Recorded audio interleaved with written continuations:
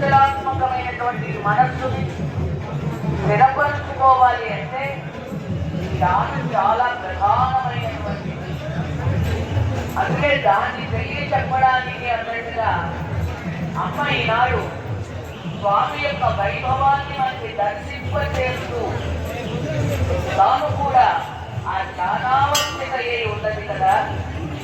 కనుక అటువంటి ఆ జ్ఞానావస్థిత అయినటువంటి తల్లిని దర్శించుకుంటూ చూడండి, అక్కడ శ్రీభూ సమేతుడైనటువంటి వెంకటేశ్వర స్వామి వారు కలియుగ ప్రత్యక్ష దైవం, అఖిలాండ కోటి బ్రహ్మాండ నాయకుడు, అన్ని వాహనములని అందించినటువంటి వాడు తన తల్లి అయినటువంటి శ్రీరాలైనటువంటి ఆ భార్య అయినటువంటి అమ్మవారిని కూడా సకల వాహనములని అధివసించే